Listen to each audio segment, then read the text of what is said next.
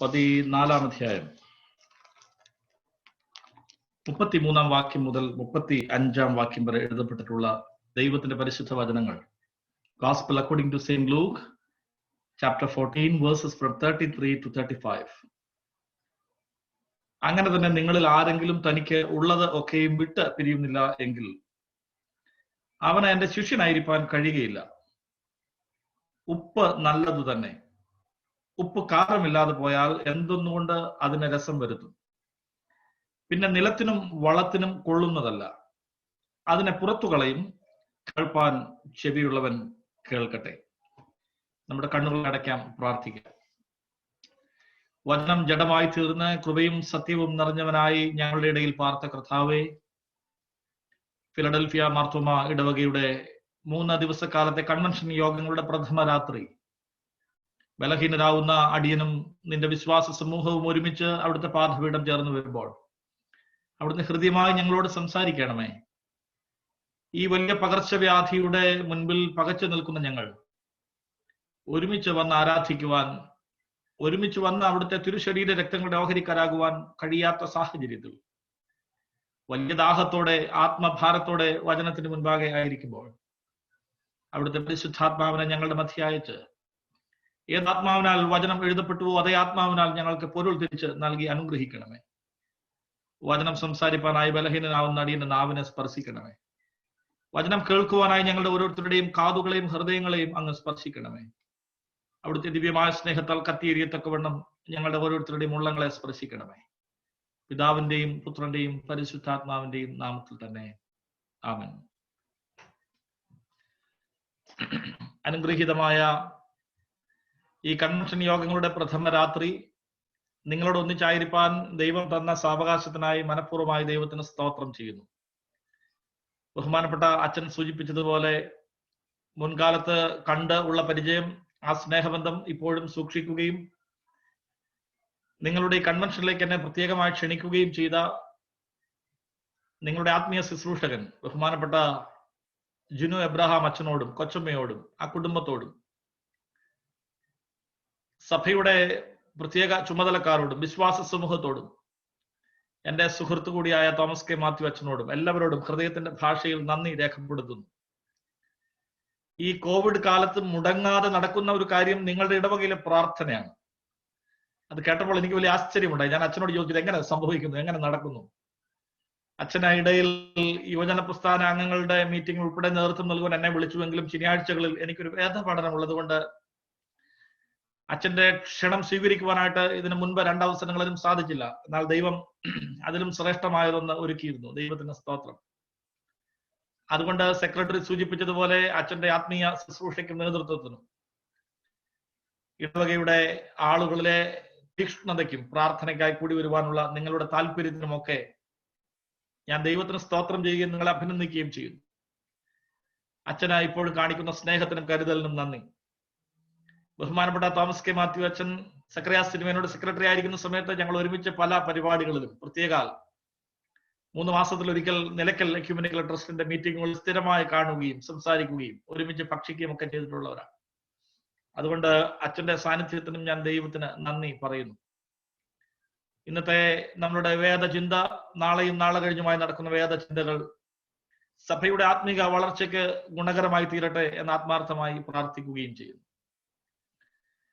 Convention എന്ന് പറയുമ്പോൾ പ്രത്യേകിച്ച് CSIക്കാരുടെ ഇടയിലും മർത്തോമക്കാരുടെ ഇടയിലും നമ്മൾ 2 കൂട്ടരും സുവിശേഷ വിഹിത സഭയായതുകൊണ്ട് മനസ്സിലേക്ക് ഓടി വരുന്ന ഒരു ആശയം, പഴയ കാലത്തെ ഒരു പരിഭാഷ്യം എന്ന് പറയുന്നത് ഉണർവ് യോഗം എന്നുള്ളതാണ്. ഉണർവ് യോഗം. അപ്പോൾ this is something for revival, our own revival, individual or church as a whole. സഭയാകമാനമുള്ള ഉണർവിന്റെ അനുഭവത്തിന് വേണ്ടിയാണ് ഇപ്രകാരം ഒരു മീറ്റിംഗ് ക്രമീകരിക്കുന്നത്. രണ്ടാമത് ഇതിന് നൽകാൻ കഴിയുന്ന മറ്റൊരു പരിഭാഷ എന്നത് ടു ബിക്കം കൺവെൻഷണൽ എന്നുള്ളതാണ്.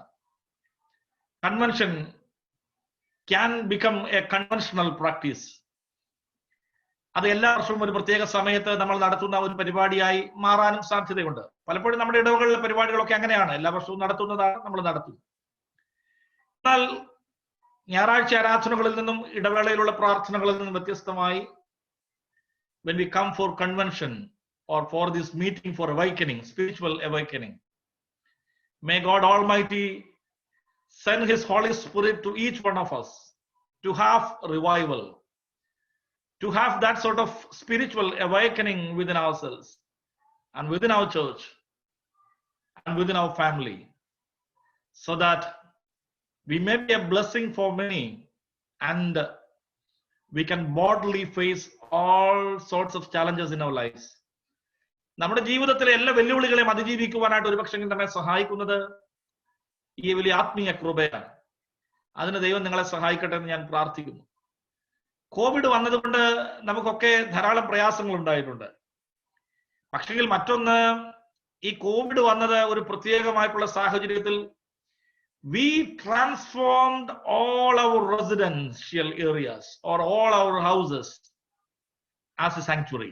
നമ്മുടെ ഭവനങ്ങളൊക്കെ ആരാധനാലയങ്ങളായി മാറി. നമ്മുടെ ഭവനങ്ങളൊക്കെ ആരാധനാലയങ്ങളായി മാറി. നമ്മുടെ ഭവനങ്ങളിൽ ഈ സൂം എന്ന മാധ്യമത്തിലൂടെ നാം പങ്കെടുക്കുമ്പോൾ ആ ദേവാലയ സദൃശമായ, ദേവാലയ സമാനമായ ഒരു അന്തരീക്ഷം നമ്മുടെ ഭവനങ്ങളിൽ ഉണ്ടാക്കുവാനായിട്ട് നമുക്കൊക്കെ ഇടയായി തീർന്നു. അതുകൊണ്ട് ഞാൻ ദൈവത്തിന് സ്തോത്രം ചെയ്യുന്നു. സൂമിലൂടെ ആണെങ്കിലും ഈ 3 ദിവസക്കാലത്തെ നമ്മുടെ മീറ്റിങ്ങുകൾ വചനം പഠിക്കുന്നതിനും നാം ലക്ഷ്യം വെച്ചിരിക്കുന്ന ആത്മീയ കൃപ പ്രാപിക്കുന്നതിനും ഒക്കെ ഇടയായി തീരട്ടെ എന്ന് ഞാൻ പ്രാർത്ഥിക്കുന്നു. വലിയ ആമുഖം കൂടാതെ പരിമിതമായ സമയത്ത് വചന ധ്യാനം അവസാനിപ്പിക്കേണ്ടതുകൊണ്ട് ഞാൻ വേദചിന്തയിലേക്ക് പ്രവേശിക്കട്ടെ. എന്താണ് നിങ്ങളുടെ 3 ദിവസക്കാലം സംസാരിക്കേണ്ടത് എന്ന് ഞാൻ ആലോചിച്ചു. പ്രത്യേക ചിന്താ വിഷയം തരാതെ എന്ത് വേണമെങ്കിലും പ്രസംഗിക്കുവാനായിട്ടുള്ള സ്വാതന്ത്ര്യം അച്ഛൻ എനിക്ക് നൽകിയതുകൊണ്ട് 3 ചെറിയ ചിന്തകൾ നിങ്ങളുമായിട്ട് പങ്കുവയ്ക്കുവാനായിട്ടാണ് ഞാൻ ആഗ്രഹിക്കുന്നത്. ലോകത്തുള്ള എല്ലാ പുസ്തകങ്ങളും പുറമെയുള്ള കാഴ്ചകൾക്കും അനുഭവങ്ങൾക്കും പ്രാധാന്യം നൽകുമ്പോൾ വേദപുസ്തകം എല്ലാ കാലത്തും അകമെയുള്ള കാഴ്ചകൾക്ക് പ്രാധാന്യം നൽകുന്ന ഒരു പുസ്തകമാണ്. Bible predominantly gives significance to insights. അപ്പോൾ വേദചിന്തയിലേക്ക് ഞാനും നിങ്ങളും അടുത്തു വരുമ്പോൾ ഈ ആന്തരിക കാഴ്ച നമുക്ക് ഉണ്ടാകേണ്ടത് അത്യാവശ്യമാണ്.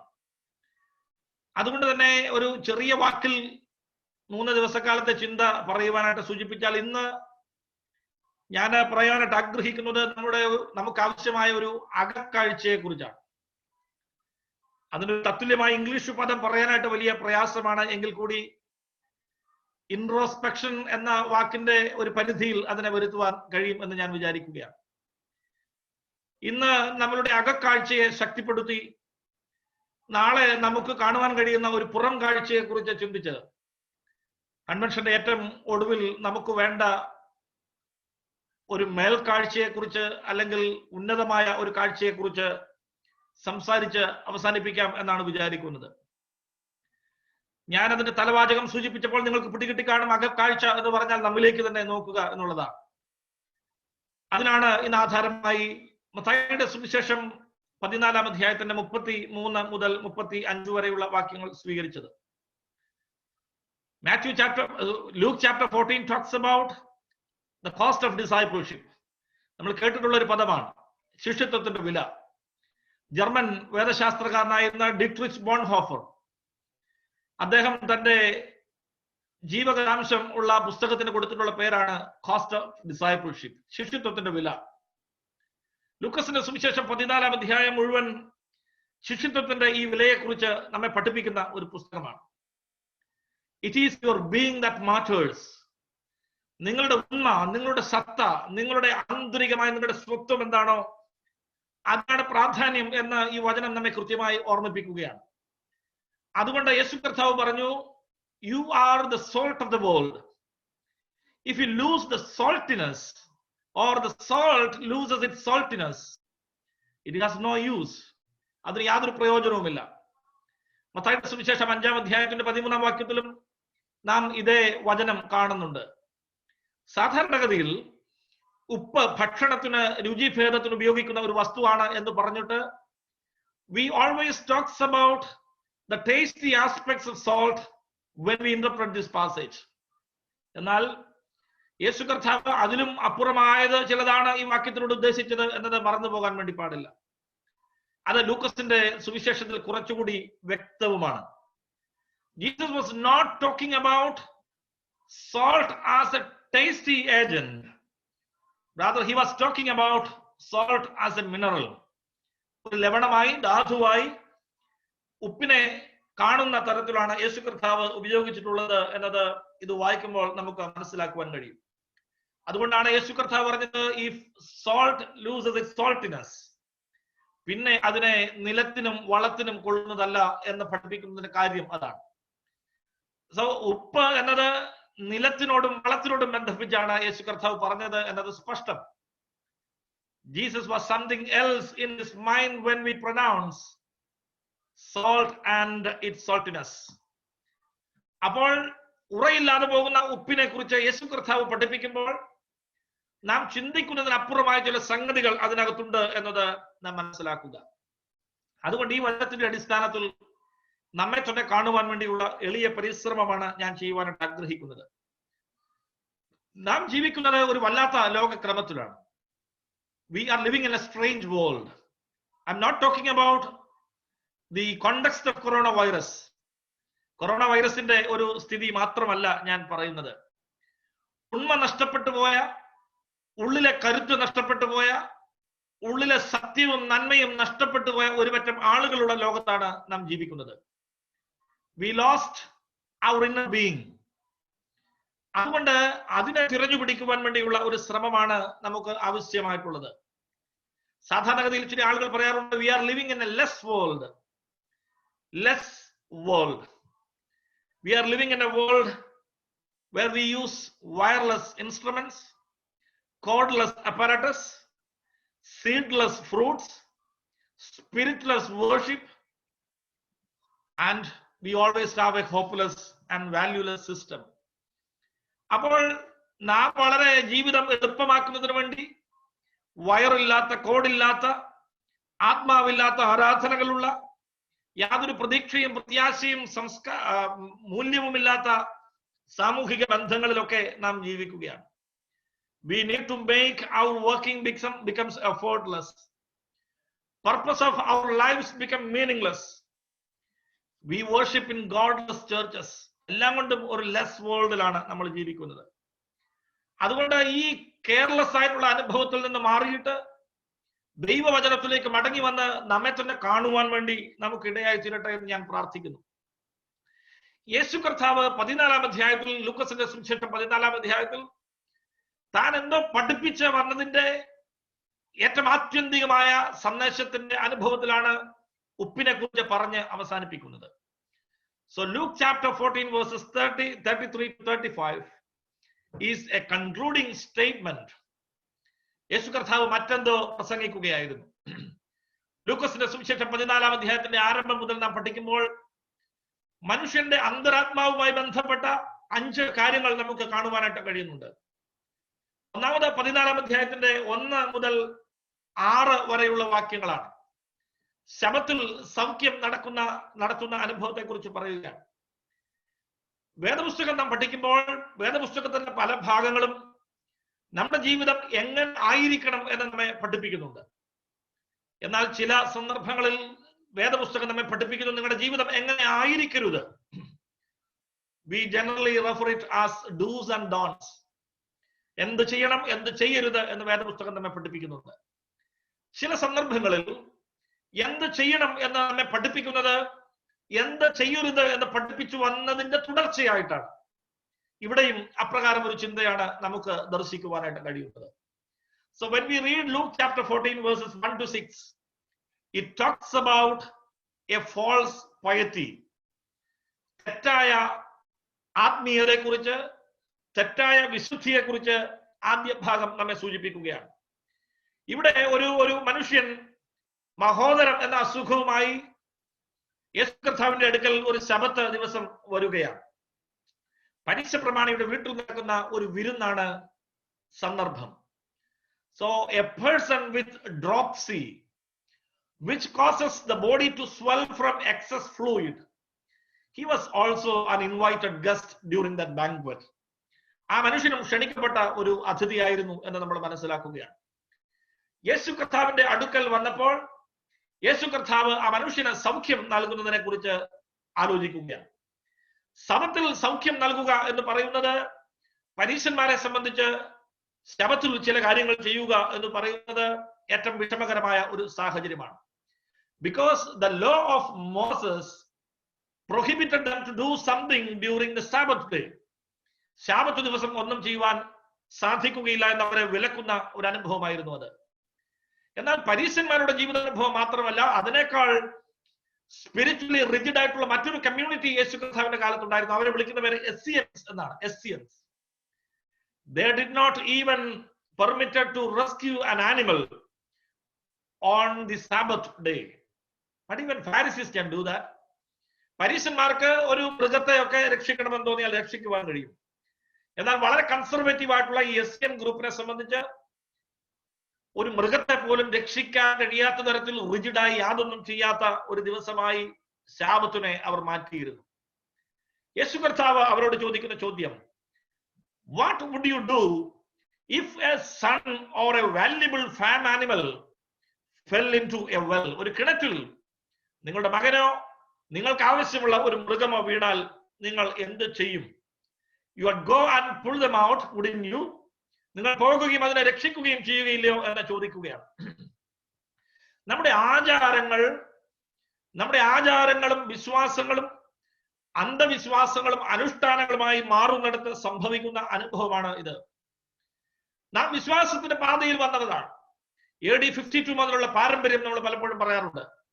എന്നാൽ നമ്മുടെ ട്രഡീഷൻ എന്ന് പറയുന്നത് ചില പ്രത്യേക സന്ദർഭങ്ങളിൽ മറ്റുള്ള ആളുകളുടെ മുമ്പിൽ പ്രദർശിപ്പിക്കേണ്ട ചില അനുഷ്ഠാനങ്ങളായി ആചാരങ്ങളായി അധപ്പതിക്കുമ്പോൾ ആത്മീയത എന്ന് പറയുന്നത് ആവർത്തിക്കുന്നത് കൊണ്ട് അർത്ഥം നഷ്ടപ്പെട്ടു പോയ ചില അനുഭവങ്ങളായി മാറാൻ സാധ്യതയുണ്ട്. ഇംഗ്ലീഷ് തത്വചിന്തകനായ ബർട്രൻഡ് റസ്സലാണ് പറഞ്ഞത്, റെപ്പറ്റീഷൻസ് മേക്സ് ബോർഡം. ആവർത്തനം വിരസത ഉണ്ടാക്കുന്നു.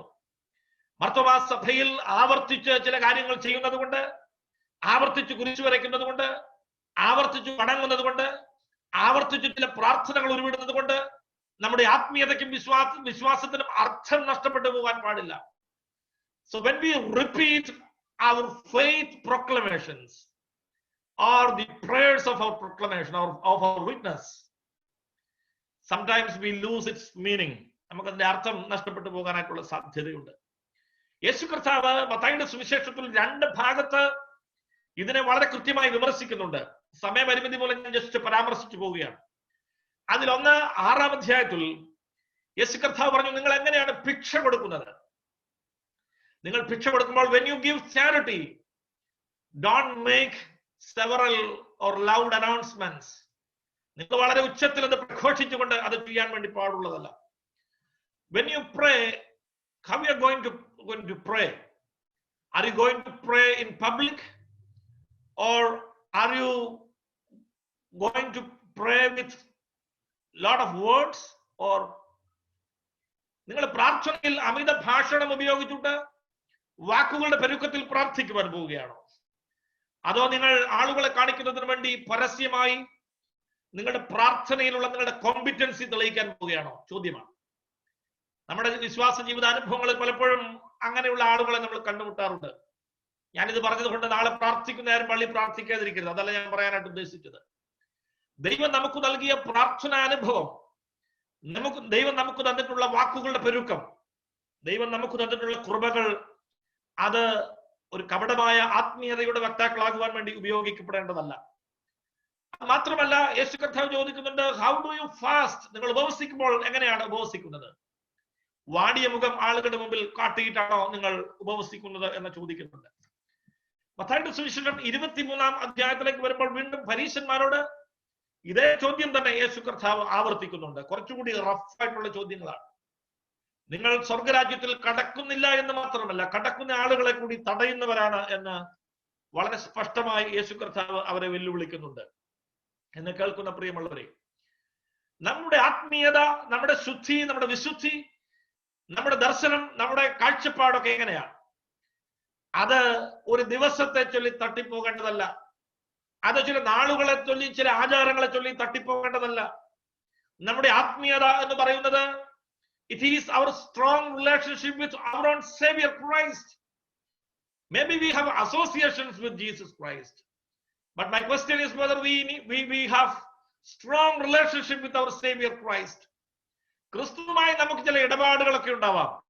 ഫിലദൽഫിയ മാർത്തോമ പള്ളിയുടെ അകത്തു പോയിട്ടുള്ള ചില ഇടപാടുകളാകാമത്. എന്റെ ചോദ്യം, ക്രിസ്തുവുമായി ബന്ധപ്പെട്ട് നിങ്ങളുടെ ബന്ധത്തിന് തീവ്രതയുണ്ടോ എന്നുള്ളതാണ്. ക്രിസ്തുവുമായി നിങ്ങൾക്കുള്ള അഭേദ്യമായ ബന്ധം എന്നത് ദൈവവും നിങ്ങളുമായിട്ടുള്ള ഇടപാടുകളിൽ ബലം പ്രാപിച്ചതാണോ എന്നുള്ളതാണ്.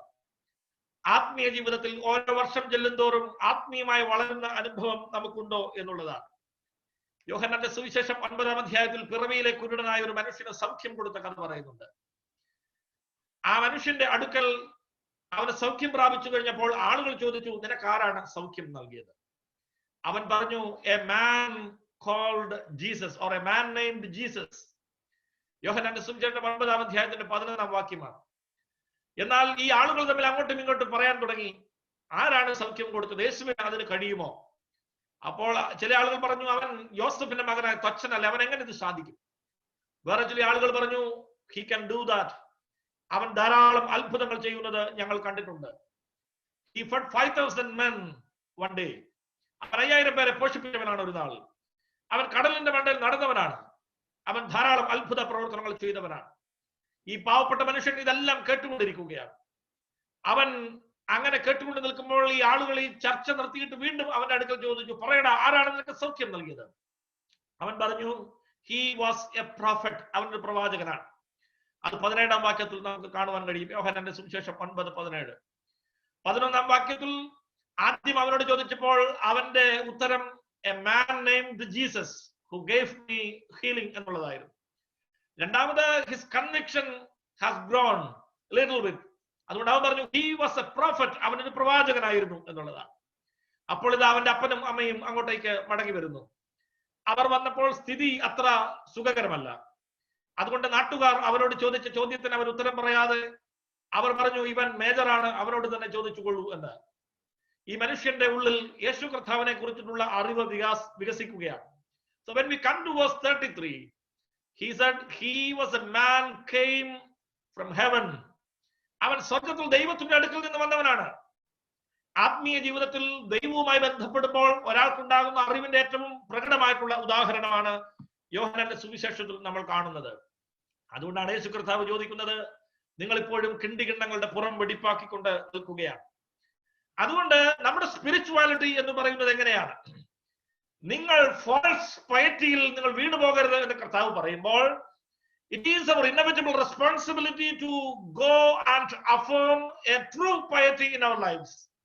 നമ്മുടെ ജീവിതത്തിൽ ശരിയായ ഒരു ശുദ്ധീകരണത്തിലേക്ക്, ശരിയായ ഒരു സ്പിരിച്വാലിറ്റിയിലേക്ക് നമ്മൾ മടങ്ങേണ്ടത് അത്യാവശ്യമാണ്.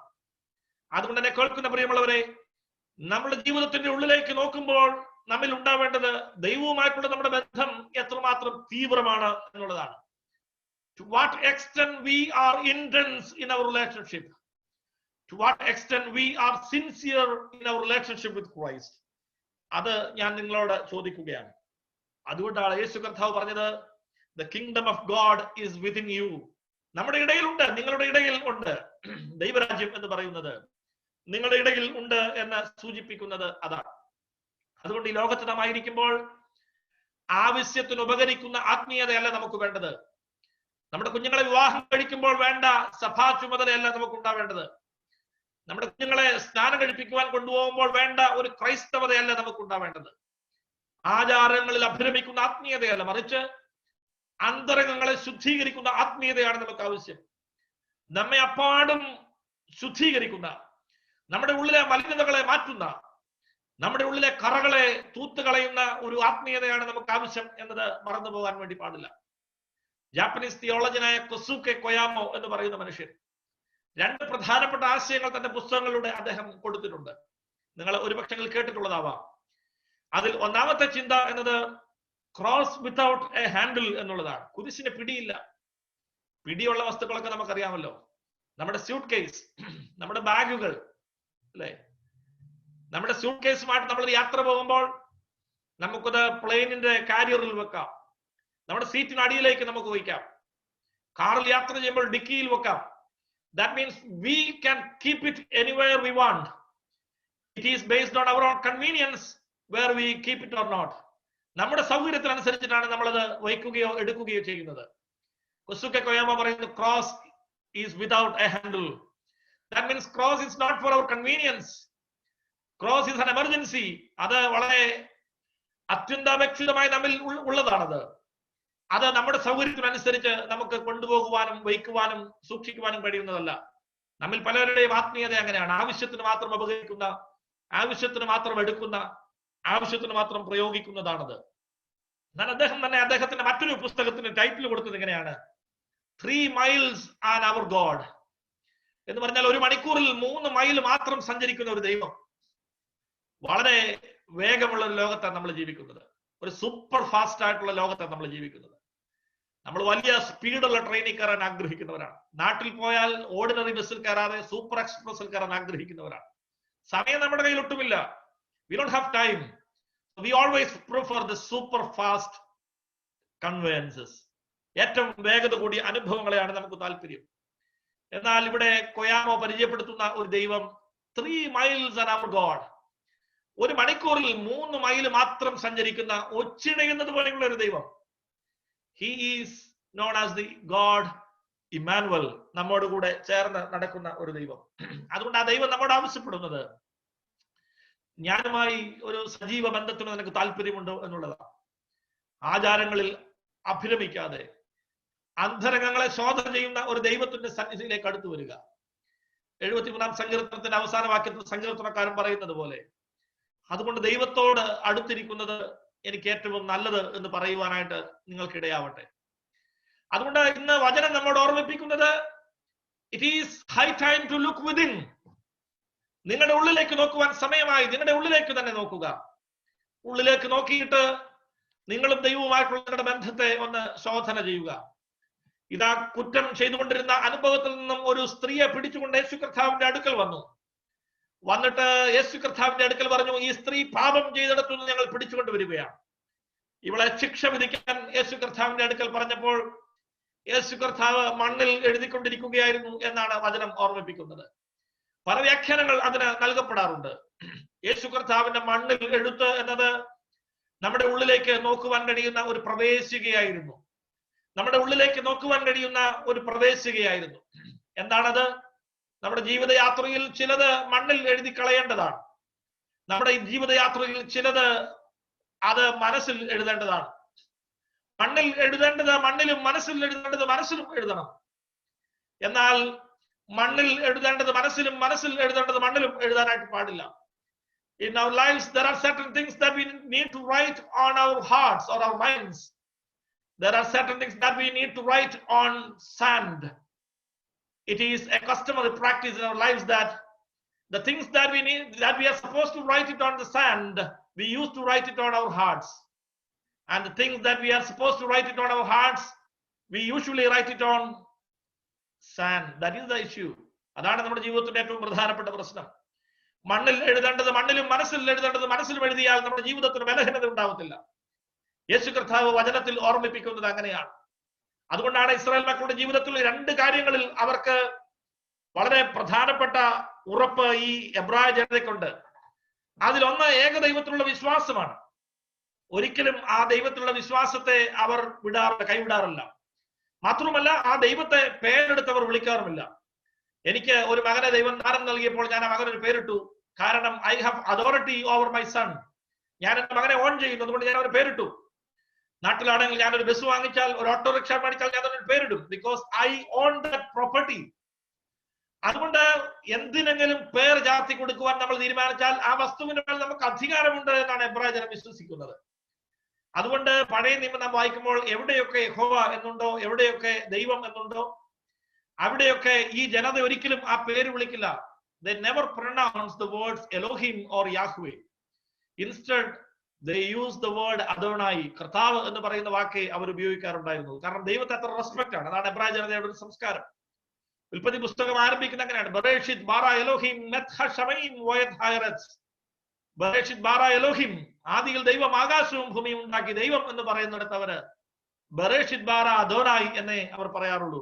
അവരൊരിക്കലും ഈ ഏകദൈവത്തിലുള്ള പേരുച്ചരിക്കുവാൻ കഴിയാത്ത സർവജ്ഞാനിയായ, സർവ്വവ്യാപിയായ, സർവശക്തനായ ദൈവത്തിലുള്ള വിശ്വാസം. രണ്ട്, അവർ ദൈവത്തെ പറയുമ്പോൾ എപ്പോഴും പറയുന്ന പേര് അബ്രഹാമിന്റെയും ഇസ്ഹാക്കിന്റെയും യാക്കോബിന്റെയും ദൈവമായ സൈന്യങ്ങളുടെ ദൈവം, God of host, God of our ancestors. അവർ അതിലൊരിക്കലും വിശ്വാസ വ്യതിയാനം കാണിച്ചിരുന്നില്ല. അതുകൊണ്ട് ദൈവം നമ്മോട് പറയുന്നത്, ദൈവത്തിലുള്ള നിങ്ങളുടെ വിശ്വാസം, ദൈവം നിങ്ങളെ നടത്തിയ വഴികൾ, ദൈവത്തിന്റെ പക്കൽ നിന്ന് നിങ്ങൾ പ്രാപിച്ചു കൂട്ടിയ അനുഗ്രഹങ്ങൾ, that we need to write it on your hearts, minds. നിങ്ങളുടെ ഹൃദയത്തിലും മനസ്സിലും എഴുതണം. ദൈവത്തെ മറന്നു പോകാൻ പാടില്ല. ഉൽപ്പത്തി പുസ്തകം 1-ാം അധ്യായത്തിൽ തന്റെ സൃഷ്ടിയോട് പറഞ്ഞതാണ്. 2-ാം അധ്യായത്തിൽ തോട്ടത്തിലെ മുഴുവൻ ഫലവും നിങ്ങൾക്ക് തിന്നാം, പക്ഷെങ്കിൽ നടുവിൽ നിൽക്കുന്ന വൃക്ഷത്തിന്റെ ഫലം നിങ്ങൾ തിന്നുവാൻ പാടില്ല. കാരണം നടുവിലെ വൃക്ഷം കാണുമ്പോൾ നിങ്ങൾ എന്നെ ഓർക്കണം. When you see the tree, it is your responsibility to remember me. That means this is the word of God. ഇതാണ് ദൈവത്തിന്റെ വചനം. എന്നെ ഓർക്കണം. ദൈവത്തെ മറക്കാൻ പാടില്ല. എന്നാൽ മറ്റു ചില കാര്യങ്ങളുണ്ട്, അത് നിങ്ങൾ മറന്നു കളയണം. അതെന്താണ്? സഹോദരരുമായിട്ടുള്ള പ്രോബ്ലംസ്, സഹോദരരുമായിട്ടുള്ള പ്രശ്നം, അയൽവാസിയുമായിട്ടുള്ള സംഘർഷം, പള്ളിയിലെ പഴയ കമ്മിറ്റിക്കാരനുമായി, പഴയ ട്രസ്റ്റിയുമായിട്ടുള്ള നമ്മുടെ പ്രശ്നം, അത് മനസ്സിൽ വെച്ചോണ്ടിരിക്കരുത്. അത് നിന്റെ ജീവിതത്തിൽ നിന്നും എടുത്തു കളയണം. അതുകൊണ്ടാണ് യോസേഫ് തന്റെ സഹോദരന്മാർ വഞ്ചിക്കപ്പെട്ട്, ത്യജിക്കപ്പെട്ട്, അടിമയായി അവനെ വിറ്റുകളഞ്ഞപ്പോൾ, മറ്റൊരു രാജ്യത്തിൽ നിന്ന് സൗഖ്യം കിട്ടിയപ്പോൾ, അല്ലെങ്കിൽ അനുഗ്രഹം കിട്ടിയപ്പോൾ, ദൈവം അവൻ ആദ്യം നൽകിയ മകനെ പേരിട്ടത് മനസ്സ് എന്നാണ്. അതിന്റെ അർത്ഥം യു ഫോർഗെറ്റ് എന്നാണ്, നീ മറക്കുക. എന്നെ കേൾക്കുന്ന പ്രിയമുള്ളവരെ, നിങ്ങൾ നിങ്ങളുടെ ജീവിതത്തിൽ ശരിയായ ആത്മീയതയിലേക്ക് വരുമ്പോൾ മണ്ണിൽ എഴുതേണ്ടത് മണ്ണിൽ എഴുതുവാനും മനസ്സിൽ എഴുതേണ്ടത് മനസ്സിൽ എഴുതുവാനും സാധിക്കും. സഹോദരരോടുള്ള നമ്മുടെ പ്രയാസങ്ങൾ, സംഘർഷങ്ങൾ മണ്ണിൽ എഴുതി കളയുക. അടുത്ത മഴയിൽ, അടുത്ത കാറ്റിൽ അത് മാഞ്ഞു പോകട്ടെ. എന്നാൽ ദൈവവുമായിട്ടുള്ള നിങ്ങളുടെ ഇടപാടുകൾ നിങ്ങളുടെ ഹൃദയത്തിൽ എഴുത്. ഏത് മഴ വന്നാലും, ഏത് സംഘർഷം വന്നാലും അത് നിങ്ങളുടെ ഹൃദയ പലകയിൽ നിന്നും പോകാതിരിക്കട്ടെ. യോബ് പറഞ്ഞതുപോലെ, ഹൃദയ പലകയിൽ കാരിരുമ്പ് കൊണ്ട് കോറിയിട്ടതുപോലെയുള്ള, കാരിരും വാണി കൊണ്ട് കോറിയിട്ടതുപോലെയുള്ള വചനമായി നമ്മുടെ ഹൃദയത്തിൽ നിൽക്കട്ടെ എന്നുള്ളതാണ് എനിക്ക് നിങ്ങളോട് സൂചിപ്പിക്കുവാനായിട്ടുള്ളത്. സമയം അതിക്രമിക്കുന്നു. 2-ാമത്തെ ഭാഗത്തിലേക്ക് പോകട്ടെ. 7-ാം വാക്യം മുതൽ 11-ാം വാക്യം വരെ നാം വായിക്കുമ്പോൾ 2-ാമത്തെ അനുഭവം നമ്മൾ കാണുകയാണ്. It talks about false popularity, വ്യാജ പ്രശംസ, വ്യാജ പ്രശസ്തി. It is actually some instruction to guests. അതിഥികൾ എങ്ങനെയായിരിക്കണം എന്ന സൂചനയാണ് ഇവിടെ തരുന്നത്. Jesus was stating a principle directly from the book of Proverbs, chapter 25, verses 6 and 7. സത്യത്തിൽ സദൃശവാക്യങ്ങൾ 25-ാം അധ്യായത്തിന്റെ 6-7 വാക്യങ്ങൾ കർത്താവ് കോട്ട് ചെയ്യുക മാത്രമാണ് ഇവിടെ ചെയ്യുന്നത്. അത് ഇങ്ങനെയാണ് പറയുന്നത്: രാജസന്നിധിയിൽ വമ്പ് കാണിക്കരുത്, മഹാന്മാരുടെ സ്ഥാനത്ത് നിൽക്കുകയും അരുത്. നീ കണ്ടിരുന്ന പ്രഭുവിന്റെ മുൻപിൽ നിനക്ക് താഴ്ച ഭവിക്കുന്നതിനേക്കാൾ ഇവിടെ കയറി വരിക എന്ന് നിന്നോട് പറയുന്നത് നല്ലത്. പ്രത്യേക പാഠമാണ്. നമ്മെ സംബന്ധിച്ച ഒരു വിവാഹത്തിന് പോകുമ്പോൾ കേരളത്തിൽ നടക്കുന്ന ഏറ്റവും വലിയ യുദ്ധങ്ങളിൽ ഒന്നാണ് ഷട്ടറിന് മുമ്പിൽ നാം ചെയ്യുന്ന യുദ്ധം. ഞങ്ങളൊക്കെ ഇങ്ങനെ ഇപ്പുറത്തൂടെ കയറി ഈ കുപ്പായത്തിന്റെ ബലത്തിൽ അകത്ത് കയറിയിരിക്കുമ്പോൾ നിങ്ങൾ വെളിയിൽ വന്നിങ്ങനെ നിൽക്കും. എന്നിട്ട് വലിയ സംഘർഷം നടക്കും. ഞാൻ എന്റെ ഈ ചെറിയ ഇടവകയിൽ വന്നപ്പോൾ എന്നോട് ഒരാൾ പറഞ്ഞു, അച്ഛാ ഇത് വലിയ സംഘർഷമാണ്, ഞങ്ങൾ ഒരു കല്യാണത്തിൽ പോയിട്ട് ഭക്ഷണം കഴിക്കാതെ തിരിച്ചു പോരേണ്ടി വന്നു, കാരണം അമേരിക്കയിൽ അതില്ലാത്തത് കൊണ്ട്. ഇവിടെ യേശു കർത്താവ് ഈ ഒരു പ്രിൻസിപ്പിളിന്റെ അടിസ്ഥാനത്തിൽ എങ്ങനെയാണ് ഒരു അതിഥി പെരുമാറേണ്ടത് എന്ന് പറയുകയാണ്. Most guests always seek out the best seat nearest the host or nearest to the stage. Sometimes someone with a VIP credential may show up later. ഒരു VIP ആയിട്ടുള്ള ഒരു മനുഷ്യൻ കടന്നു വരാനായിട്ടുള്ള സാധ്യതയുണ്ട്. സംഭവിക്കുന്ന എന്താണ്? The host will have to seat that person in the choice place. ഏറ്റവും പ്രധാനപ്പെട്ട സ്ഥലത്ത് അവനെ ഇരുത്തുവാൻ വേണ്ടി ആതിഥേയൻ തയ്യാറാകേണ്ടി വരും. അതുകൊണ്ട് എന്ത് സംഭവിക്കും? He may ask you to move down the table to make way for this important guest. Since all the places being occupied, you will have to move to the worst seat in the house or in that reception hall. നമ്മൾ ആദ്യം കയറി ഇരിക്കുകയാണ്. VIP അവസാനമാണ് വരുന്നത്. VIP ഇരുത്തുവാൻ വേണ്ടി നമ്മുടെ അടുത്തോട്ട് വരുമ്പോൾ നമ്മൾ അവിടെ നിന്ന് എഴുന്നേക്കണം. എഴുന്നേറ്റാൽ ഒരുപക്ഷെങ്കിൽ മറ്റൊരു സീറ്റും അവിടെ കാണുകയില്ല. എന്താണ് സംഭവിക്കുന്നത്? ഏറ്റവും അവസാനം ഏറ്റവും മോശം സീറ്റായിരിക്കും നമുക്ക് ലഭിക്കുവാനായിട്ട് പോകുന്നത്. What an indignity, you will be humiliated. നമ്മൾ അപമാനപാത്ര വിധേയരായി നമ്മൾ പോകാനായിട്ട് സാധ്യതയുണ്ട്. അതുകൊണ്ട് യേശു കർത്താവ് നമ്മളോട് പറയുന്നത്, when you arrive early, seek out the worst seat in the house. Then the host will come to you and ask you to move up closer to him. You will gain honor in front of all the invited guests. If you tried to gain honor by yourself, you will be humbled and humiliated. But if you show humility, then you will receive great honor. നിങ്ങൾ വിനയത്തോടു കൂടി ഇരുന്നാൽ നിങ്ങൾക്ക് അഭിമാനം ലഭിക്കുന്ന, മാനം ലഭിക്കുന്ന അനുഭവം ഉണ്ടാകാം. എന്നാൽ നിങ്ങൾ സ്വയമായി ഈ അഭിമാനം ഉണ്ടാക്കുവാൻ ശ്രമിച്ചാൽ നിങ്ങൾക്ക് അത് ലഭിക്കുകയില്ല എന്ന് ഇത് കൃത്യമായി ഓർമ്മിപ്പിക്കുകയാണ്. എന്നെ കേൾക്കുന്ന പ്രിയമുള്ളവരെ, ഇത് വളരെ പ്രധാനപ്പെട്ട ഒരു പാഠമാണ്. നമ്മൾ ചില ആളുകളുണ്ട്, എല്ലാവരും അല്ലെ, പള്ളിയുടെ കേസിൽ പറഞ്ഞ എല്ലാവരും ബിഷപ്പന്മാരാ, അല്ലെങ്കിൽ എല്ലാവരും വികാരി ജനറൽമാരായിട്ട് ആക്ട് ചെയ്യുന്ന അനുഭവം നമ്മൾ ചിലപ്പോൾ പറയാറുണ്ട്. എല്ലാവരും ഇല്ലേ SP തൊട്ട് മേളിലോട്ടേ ഉള്ളൂ, കോൺസ്റ്റബിൾസ് ആരും ഇല്ലെന്ന് നമ്മൾ പറയാറുണ്ട്. ചില ചടങ്ങുകൾ ചെല്ലുമ്പോൾ എല്ലാവരും ഭാവിക്കേണ്ടതിന് മീതെ ഭാവിച്ചുയരുന്ന അനുഭവം നമ്മൾ കാണാറുണ്ട്. എല്ലാവരും ഏറ്റവും കൂടിയ ആളുകളാണ്, എല്ലാവരും VIPs ആണ്, ഏറ്റവും വലിയ പോപ്പുലാരിറ്റിയാണ് നമ്മൾ എല്ലാവരും ആഗ്രഹിക്കുന്നത്. ഇപ്പോ സോഷ്യൽ മീഡിയ തുറന്നാൽ നമ്മൾ എല്ലാവരും കാണുകയല്ലേ, കപ്പിൾ ചലഞ്ച്, ഫാമിലി ചലഞ്ച്, ചിരി ചലഞ്ച് ഒക്കെ നമ്മൾ കാണുക. ചിരിക്കുന്നത് ഒരു വെല്ലുവിളിയായി മാറിയത് എന്താണെന്ന് എനിക്ക് മനസ്സിലായില്ല. ദൈവം കൂടെ കളിക്കുവാൻ, ചിരിക്കുവാൻ, ഒരുമിച്ച് വാഴുവാൻ തന്ന ഭാര്യയുടെ കൂടെ ഒന്ന് പടമെടുക്കുന്നത് ഒരു വെല്ലുവിളിയായി മാറിയത് എന്താണെന്ന് അറിയുന്നില്ല. പക്ഷേ ആളുകളെല്ലാം അതിന് പിന്നാലെ പോവുകയാണ്. ഞാൻ നോക്കിയപ്പോൾ മഹാടയിൽ ഒട്ടുമിക്ക അച്ഛന്മാരെല്ലാം അതിനകത്തുണ്ട്. എല്ലാവരും ചെയ്യുകയാണ്, എല്ലാവരും ചെയ്യട്ടെ. സെൽഫ് പ്രൊമോഷൻ എന്ന് നമ്മൾ തന്നെ പറയാറുണ്ട്. നമ്മൾ തന്നെ പ്രൊമോട്ട് ചെയ്യാണ്. ഈ ലോകം അത്തരത്തിലുള്ള ലോകമാണ്. അതുകൊണ്ട് പ്രൊമോട്ട് ചെയ്യപ്പെടാത്ത ആളുകൾക്ക് നിലനിൽപ്പില്ലാത്തൊരു കാലാണ്. ഞങ്ങൾ ബഹുമാനപ്പെട്ട 3 അച്ഛന്മാരും ഞങ്ങളുടെ തന്നെ കാര്യം പറയാണ്. അല്പസ്വല്പൊന്നും പ്രൊമോട്ട് ചെയ്തില്ലെങ്കിൽ ഇപ്പൊ വളരാൻ വല്ലാത്ത സ്ഥിതിയാണ് ഇപ്പൊ ഈ ക്ലർജിയുടെ അനുഭവത്തിൽ പോലും ഉള്ളത്. പിന്നെ സഭക്കാരുടെ കാര്യം പറയണോ? ഇതാണ് ഇന്നത്തെ കാലം എന്ന് പറയും. വേദപുസ്തകത്തിൽ മനോഹരമായ ഒരു ഭാഗമുണ്ട്. യോഹന്നാന്റെ സുവിശേഷം അതിന്റെ 7-ാം അധ്യായം നമ്മൾ വായിക്കുമ്പോൾ യേശു കർത്താവിന്റെ സഹോദരന്മാർ യേശുവിന്റെ അടുക്കൽ വന്നിട്ട് പറഞ്ഞു, Jesus our brother, why did you do all these wonders in the region of Galilee? If you want to gain publicity, go out to the urban area and do all these wonders and miracles there. യേശു കർത്താവിന്റെ സഹോദരന്മാർ വന്നിട്ട് യേശുവിനോട് പറയാണ്, നിനക്ക് പ്രസിദ്ധനാകുവാൻ ആഗ്രഹമുണ്ടെങ്കിൽ നീ യെരൂശലേമിൽ പോയി ഈ അത്ഭുതങ്ങളൊക്കെ ചെയ്യുക. ഈ പാവപ്പെട്ട ചുങ്കക്കാരുടെയും ഈ പാവപ്പെട്ട സ്ത്രീകളുടെയും ഈ പാവപ്പെട്ട ശിശുക്കളുടെയും ഇടയിൽ നീ അത്ഭുതം ചെയ്താൽ who will take care of you? If you want to gain publicity, go to the city, go to the urban area and do all these wonders there in the public, then you will get fame. അതുകൊണ്ട് നിനക്ക് പ്രസിദ്ധി കിട്ടും എന്ന് യേശുവിന്റെ സഹോദരന്മാർ തന്നെ പറയുകയാണ്. നമ്മൾ എങ്ങനെയാണ് നമ്മളെ തന്നെ വിലയിരുത്തുന്നത്? നമ്മൾ എത്രമാത്രം കൂടിയ ആളെന്നാണ് നമ്മൾ വിലയിരുത്തുന്നത്? നമ്മൾ എത്രമാത്രം വാല്യൂ ഉള്ള ആളെന്നാണ് നമ്മളെ തന്നെ വിലയിരുത്തുന്നത്? കുഞ്ഞുണ്ണി മാഷ് പറഞ്ഞിട്ടുണ്ട്, പൂച്ചയ്ക്ക് പുറമുണ്ട്, പുറം പൂച്ചിന് അകമില്ല എന്ന്. അകത്തെ കാഴ്ചകൾ കാണുമ്പോൾ ഓർക്കുക, നമ്മുടെ പുറം പൂച്ചുകൾ അകമില്ല. അത് പൊള്ളയായ അനുഭവമാണ്. ഭാവിക്കേണ്ടതിനും ഇത് ഭാവിച്ചു വരുന്നത് ആത്മീയ ജീവിതത്തിൽ അപകടമാണ് എന്ന് യേശു കർത്താവ് വളരെ കൃത്യമായി നമ്മോട് ഓർപ്പിക്കുകയാണ്. അതുകൊണ്ട് ഈ ഭാഗത്ത് പറയുന്നു ഫോൾസ് പോപ്പുലാരിറ്റി. മൂന്നാമത്, ലൂക്കോസിന്റെ സുവിശേഷം 14-ാം അധ്യായത്തിന്റെ 12 മുതൽ 14 വരെയുള്ള വാക്യം. അവിടെ തൊട്ട് മുൻപത്തെ ഭാഗത്ത് ഇൻസ്ട്രക്ഷൻ ടു ദ ഗസ്റ്റ് ആയിരുന്നുവെങ്കിൽ ഇവിടെ ഇൻസ്ട്രക്ഷൻ ടു ദി ഹോസ്റ്റ് ആണ്. ആരാണ് ഭക്ഷണം ഒരുക്കുന്നത്? അവരോടുള്ള ദൂതാണ്. അവിടെ കൃത്യമായി അവരോട് ചില കാര്യങ്ങൾ കർത്താവ് പറയുകയാണ്. എന്താണ് ഫോൾസ് ഹോസ്പിറ്റാലിറ്റി എന്ന് പറയുന്നത് കൊണ്ട് അർത്ഥമാക്കുന്നത്? ഹോസ്പിറ്റാലിറ്റി എന്നതിന് ആതിഥേയ മര്യാദ എന്നൊക്കെ നമുക്ക് മലയാളത്തിൽ ട്രാൻസ്ലേറ്റ് ചെയ്യാം. ഞാനൊരു ചെറിയ വാക്കുകൊണ്ട് നിങ്ങളോട് പറയാനായിട്ടാണ് ആഗ്രഹിക്കുന്നത്. മര്യാദ, ഒരാളോട് നാം കാണിക്കേണ്ട മര്യാദ എങ്ങനെയാണ്? നമ്മുടെ സ്റ്റാറ്റസ് സിംബലുകളായി നമ്മുടെ വിരുന്നുകളും ആഘോഷങ്ങളും മാറുന്നിടത്ത് നമ്മുടെ മര്യാദകൾ എങ്ങനെയുള്ളതാണ്? നമ്മുടെ ചടങ്ങുകൾ നമ്മുടെ അഭിമാന കാരണങ്ങളാവുന്ന ചടങ്ങുകളായി മാറുകയാണ്. ആള് കൂടുന്നതിന് ഒരു അഹങ്കാരത്തിന്റെ ധ്വനി ഉള്ളത് കൊണ്ട് നമ്മുടെ കല്യാണങ്ങൾ വലിയ ആഘോഷങ്ങളായി മാറുകയും നമ്മുടെ ഉറപ്പീരുകൾ കല്യാണങ്ങളായി മാറുകയും നമ്മുടെ മരണങ്ങൾ മരണക്കല്യാണങ്ങളായി മാറുകയും ചെയ്യുന്ന ലോകത്താണ് നമ്മൾ ജീവിക്കുന്നത്.